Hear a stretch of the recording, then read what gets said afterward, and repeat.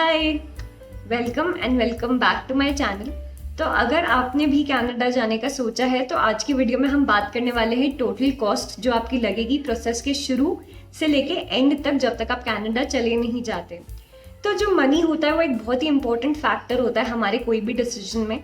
तो अगर आप भी कंफ्यूज्ड हैं या डिसाइड कर रहे हैं अभी कि आपको कनाडा जाना है कि नहीं, तो ये वीडियो आपकी काफ़ी हेल्प करेगी कॉस्ट जानने के लिए पूरे प्रोसेस की। तो अगर आपने सोच लिया है जाने के लिए तो सबसे पहले आपको देना होगा आइल्स, और आइल्स के लिए आपको करनी होगी प्रेपरेशन। अब बहुत लोग प्रेपरेशन खुद ही कर लेते हैं, उनको कोई कोचिंग की ज़रूरत नहीं होती, जैसे मैंने खुद ही कर ली थी अपनी प्रेपरेशन। तो अगर आप भी उस तरीके से कर सकते हैं तो यहाँ पे आपका वो वाला पैसा बच जाएगा। लेकिन अगर आपको बिल्कुल भी थोड़ा डाउट है तो कोचिंग आप ज़रूर करिए, और कोचिंग का भी प्राइस का डिफरेंस हो जाता है। कहीं पे 5000 होता है तो कहीं पे 15-20,000 तक भी हो सकता है। तो ऑन एन एवरेज हम 10,000 ले लेंगे आज। इसके बाद आपको अपना आइल्स टेस्ट बुक कराना होगा, और अभी 15,500 पे करने रहेंगे आपको। अब हर साल थोड़ा बहुत ही इंक्रीज होता जाता है, तो 2023 में 15,500 रहेगा इसका। अब इसके बाद है, अगर आप कोई काउंसलर के थ्रू या कंसल्टेंसी फर्म के थ्रू जा रहे हैं तो हो सकता है वो फ्री हो या हो सकता है वो पेड हो। तो मेरे केस में मैंने तो आईडीपी से करवाया था, तो वो फ्री ऑफ कॉस्ट ही था। लेकिन आईडीपी की एक बहुत मेजर दिक्कत है कि वो ज़्यादा इंटरेस्ट नहीं लेते हैं आपकी एप्लीकेशन में। बहुत बार आपके मैसेजेस सीन करके छोड़ देंगे, आपका कॉल पिकअप नहीं करेंगे या टाइम पे एप्लीकेशन फॉर्म फिल नहीं करेंगे। तो उन सब चीज़ों का आपको बहुत ध्यान रखना है। वीज़ा एप्लीकेशन में आपको एक एक स्टेप में ध्यान देते जाना है, और आपको पता होना चाहिए कि अब आप क्या स्टेप पे हैं, कौन सा स्टेप करना है, कैसे होना है, क्या होगा। क्योंकि आप बिल्कुल उनके भरोसे नहीं रह सकते। ऑल्दो उनको कमीशन मिलती है, जैसे ही किसी का एप्लीकेशन सबमिट होती है या किसी का वीज़ा आता है तो कॉलेज उनको कमीशन देता है, उनको कमीशन मिल रही है इस चीज़ की। लेकिन फिर भी मुझे नहीं पता वो लोग इतने ढीले क्यों हैं इस चीज़ में।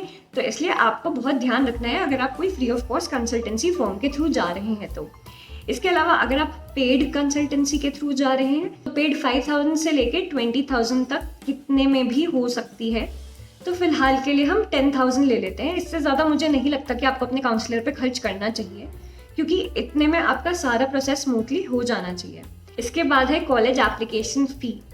तो बहुत सारे colleges free of cost application भी सबमिट करवाते हैं, लेकिन बहुत सारे कॉलेजेस और यूनिवर्सिटी में आपको एप्लीकेशन फ़ी भी पे करनी होती है।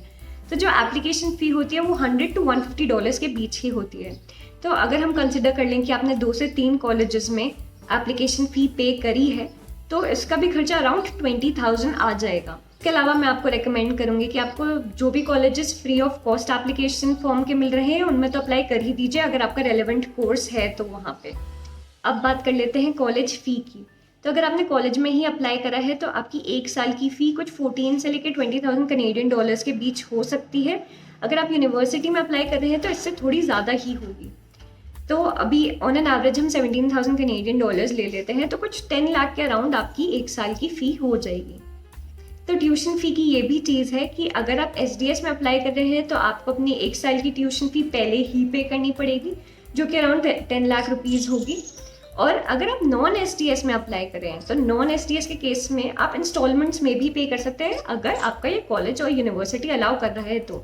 जैसे मेरे कॉलेज की फ़ी 3 इंस्टॉलमेंट्स में थी। सबसे पहले सीट बुकिंग अमाउंट, वो तो आपको तभी के तभी पे करनी रहेगी। उसके बाद नेक्स्ट इंस्टॉलमेंट 1 महीने बाद थी, और उसके बाद थर्ड इंस्टॉलमेंट दिसंबर 2023 की थी। लेकिन मैंने क्योंकि एसडीएस में अप्लाई करा था तो मैंने दिसंबर वाली इंस्टॉलमेंट भी पहले से ही पे कर दी थी।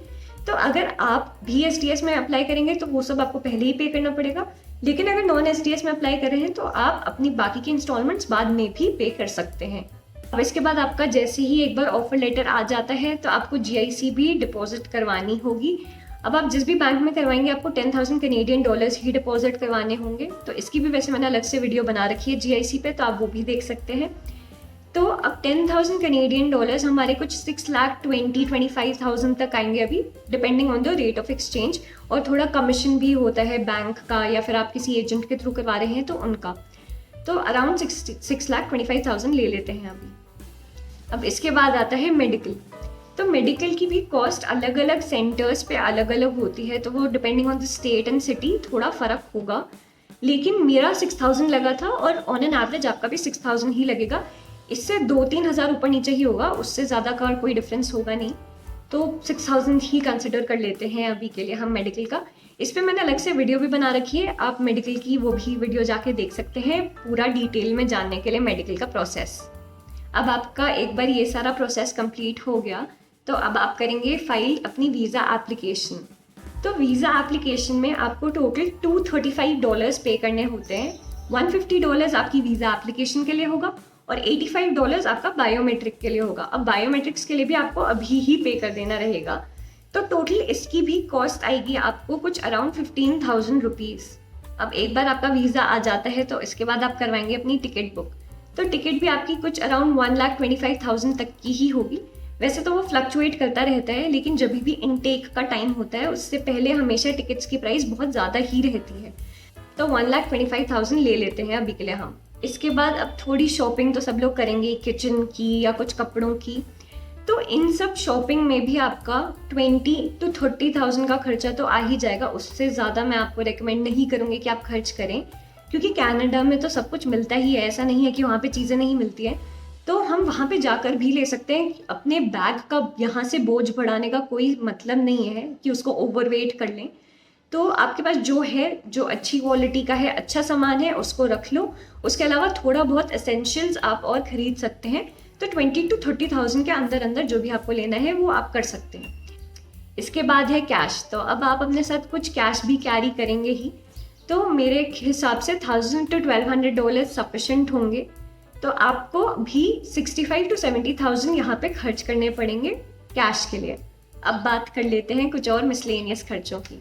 तो अगर आप जैसे 2-वे कुरियर सर्विस लेते हैं अपना बायोमेट्रिक का, अगर आप पिक और ड्रॉप नहीं कर सकते पासपोर्ट को अपने, तो फिर आपको 2-वे कुरियर सर्विस ही लेना पड़ेगा। तो उस केस में depending on your address very करता है कॉस्ट। जैसे मेरे एड्रेस पे मेरे को 1,200 पड़ा था, तो अराउंड 1,200-1,500 में ये वाली चीज़ हो जाती है।